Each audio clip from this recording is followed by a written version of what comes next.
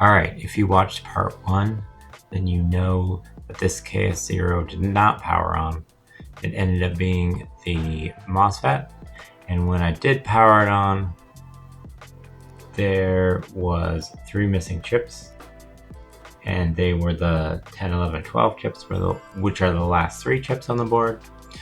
So we're gonna go over the board and take a look at it and try to figure this out, because this happened to me time before and I didn't get it figured out. Alright, we have a board right here. We're gonna go over the basic design of it. So you got your processor here, your RAM here, here's the MOSFETs, and so by default they convert the whatever voltage is coming in here. This is your main voltage.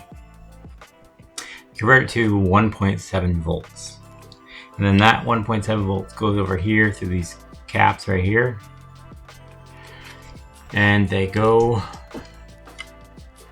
to the chips.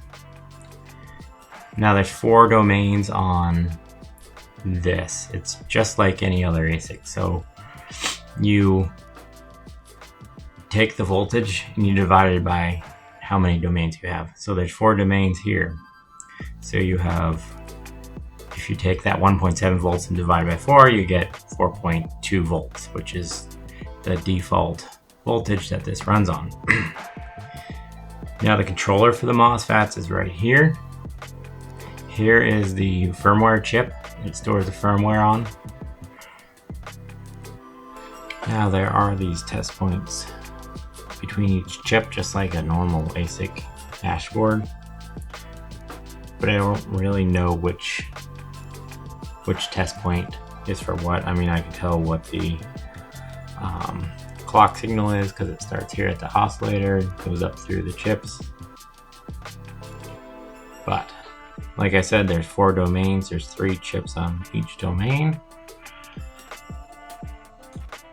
Now the 1.7 volts feed the chips, but to actually turn them on, it uses these LDOs right here, just like your hash board would, like a T17. So it starts here, it turns on this one here, provides the 1.8 volts, and then also turns on this one here, which provides the 0.8 volts to these chips. Now there's 2 test points at each domain that you can check them, and on this one right here there was no voltage on it. This one was burnt up, so therefore this domain, these 3 last chips, weren't turning on, and that was the problem. So I'm gonna go ahead and change that.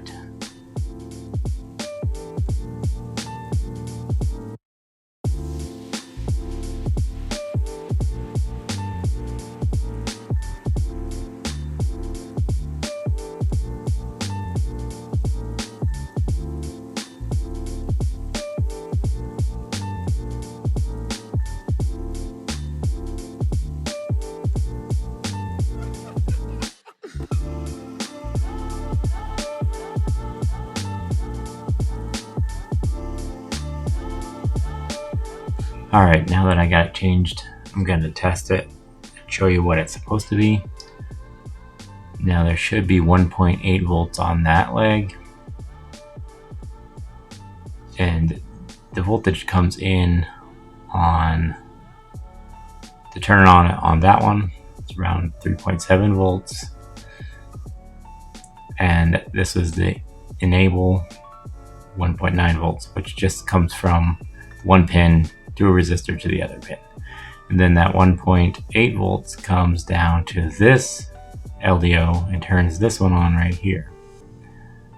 As you can see, get a good connection, 0.8 volts.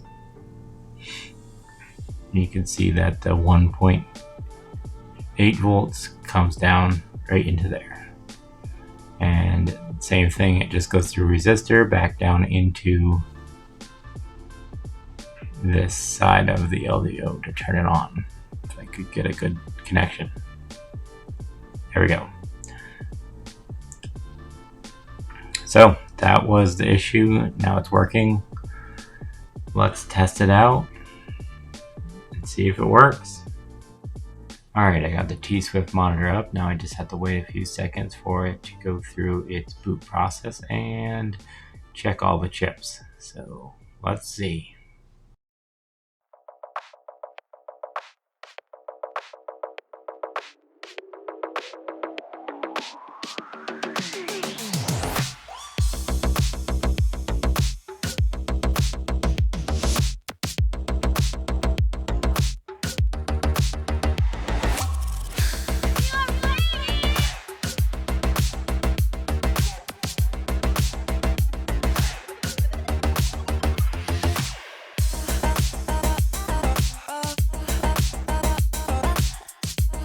Don't keep me in such suspense.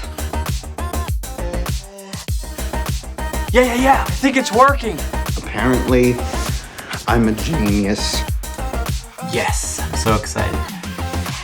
Let me put this back together and let it run for a little bit. Alright, as you can see, it is hashing away.